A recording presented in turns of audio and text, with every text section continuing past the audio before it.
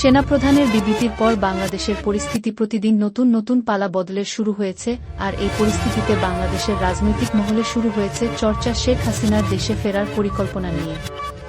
কিন্তু কিভাবে দেশে ফিরছেন শেখ হাসিনা? কবে ফিরছেন তিনি? ভারতের সমর্থনে নতুন কোনো সিদ্ধান্ত কি নিতে চলেছে আওয়ামী লীগ?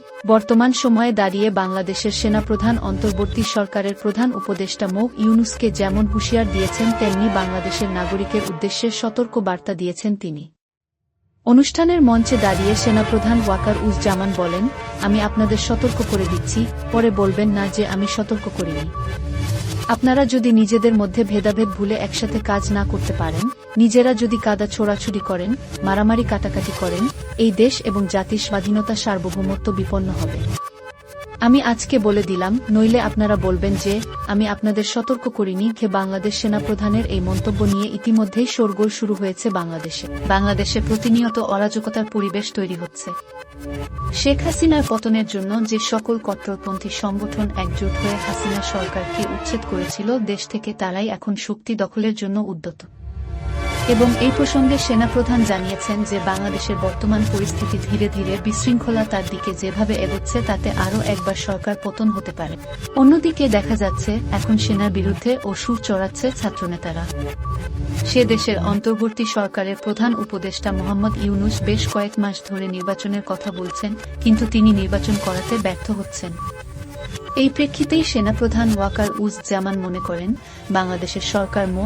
ইউনূস চালাচ্ছেন না, বরং অন্য দেশ সে দেশের সরকারের কার্যকলাপে হস্তক্ষেপ করে দেশ পরিচালনা করার চেষ্টা করছে। বাংলাদেশের রাজনৈতিক পরিস্থিতি ওলটপালট করার পিছনে আমেরিকা এবং পাকিস্তানের ISI এর একটি বড় হাত রয়েছে। যখন শেখ হাসিনা গতিচ্যুত হয়ে বাংলাদেশ ছেড়ে ভারতে আসেন, সেই সময় থেকেই পাকিস্তানি গোয়েন্দা সংস্থা ISI বাংলাদেশে তাদের পরিকল্পনা সাজাতে শুরু করল। আর বাংলাদেশের অন্তর্বর্তী সরকারের প্রধান উপদেষ্টা মোহাম্মদ ইউনূস তার প্রতিটি কর্মকাণ্ড বক্তব্যের মাঝে পাকিস্তান প্রীতি তুলে ধরছেন। 5ই আগস্ট বাংলাদেশের অন্তর্বর্তী সরকারের দায়িত্ব পাওয়ার পরেই মোহাম্মদ ইউনূস বহুবার বৈঠক করেছেন পাকিস্তানের প্রধানমন্ত্রীর সঙ্গে। বাংলাদেশ ভারতের প্রতিবেশী রাষ্ট্র, আর সেই প্রতিবেশী রাষ্ট্রের এবং সেই সরকারের উপর পাকিস্তানের ISI এর প্রভাব ভারতের জন্য চিন্তার বিষয় হয়ে দাঁড়িয়েছে। 5ই আগস্ট কোনো অভ্যুত্থানের জেরে গদিচ্যুত হওয়া শেখ হাসিনা দেশ ছাড়ার পর অন্তর্বর্তী সরকারের দায়িত্ব দেওয়া হয় মোহাম্মদ ইউনূসের হাতে এবং নির্বাচন করানোর দায়িত্ব থাকে তার উপর। আর তখন তিনি 1-8 মাসের মধ্যে নির্বাচন করানোর কথা বলেছিলেন। কিন্তু 7 মাস কেটে যাওয়ার পর মোহাম্মদ ইউনূসের কার্যকলাপের অগ্রগতি দেখে মনে হচ্ছে হয় তিনি নির্বাচন করাতে চান না, আর তা না হলে অন্য কোন দেশের অভ্যন্তরীণ চাপে পড়ে তিনি নির্বাচন করাতে পারছেন না, অথবা নির্বাচন করার কোনো সদিচ্ছা নেই, কারণ নির্বাচন হলে খুব সম্ভবত আওয়ামী লীগ অথবা বিএনপি জিতবে, আর আওয়ামী লীগ জিতলে সরকার পতনকারী সরকার সদস্যদের হাল যে কি হবে তা সবাই বুঝতে পারছেন।